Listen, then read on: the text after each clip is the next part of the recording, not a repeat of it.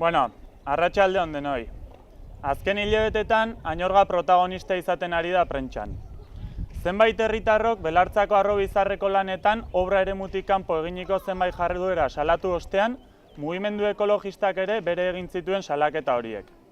Hala, sokari tiraka salatutako jarduera horiek zein harrobiko obrak bere osotasunean modu irregularrean egiten ari direla ezagutu dugu. Harrobiko lanei begira jarrita, enpresarien impunitateak kezkatzen gaitu. Baita bertan ezarri nahi dituzten enpresek bultzatzen duten ereduak ere. Hala ere, eredua gustatu ez arren, degradatutako eremu den heinean, ulertzen dugu harrobizarrean hirigintza proiektu desberdinak garatzea. Gaur ordea, añorgatarrok aurrera begira jarri nahi dugu. Ez dugu irregulartasunen inguruan sortu den giro zakarrean murgildu nahi, eta etorkizuna nola irudikatzen dugun adierazi nahi dizuegu. Añorgan aurrera begira jarrita gaude, eta etorkizuna berde kolorez irudikatzen dugu, Belartzako zelai eta basoen kolore berdez.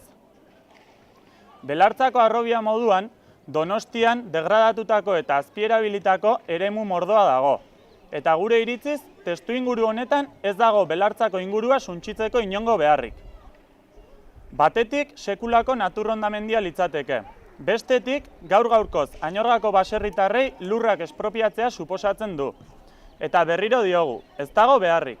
Eskuzaitz eta Poligono 27, Molinau eta abar. Belartzan txertatu nahi duten jarduera industrialerako nahikoa lur badago gehiago suntsitzen hasi gabe ere. Badakigu Belartza bi gelditzea posible dela.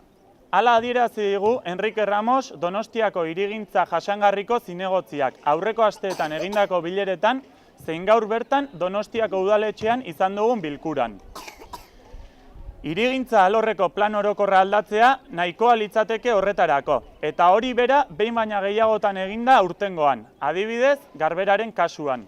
Beraz, borondate politiko kontua da. Udal gobernuak eta udaletxeko talde politikoek gaiarekin zein posizio hartuko duten ez dakigu, baina guk garbi eta zuzen-zuzenean bi gauza eskatu nahi dizkiegu. Lehenengoa, hirigintza jasangarriaren izenean natura babesteko neurriak hartzea. Donostian badaude industria jarduerara bideratutako beste eremu batzuk, jarduera hauek sortzeko natura eta lurrak suntsitzeko beharrik izanik gabe. Bigarrena, plan orokorra aldatzeko aukera herritarrokin parte hartzen neurrien bidez gauzatzea. Belartzabiko proiektuaren inguruan gauza asko dago esateko oraindik, eta prozesu honen parte izan nahi dugu añorgatarrok.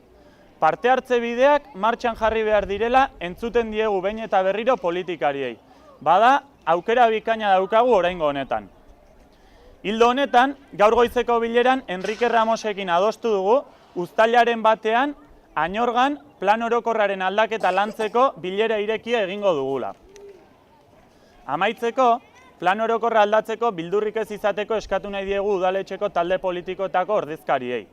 Izan ere, horrelakoetan sustatzailei ordaindu beharreko kalte ordainen beldur izaten dira, baina kasu honetan, obra egiteko zuten 4 urteko epea igarota, indemnizatuak izateko zuten eskubidea galdu dutela ulertzen dugu.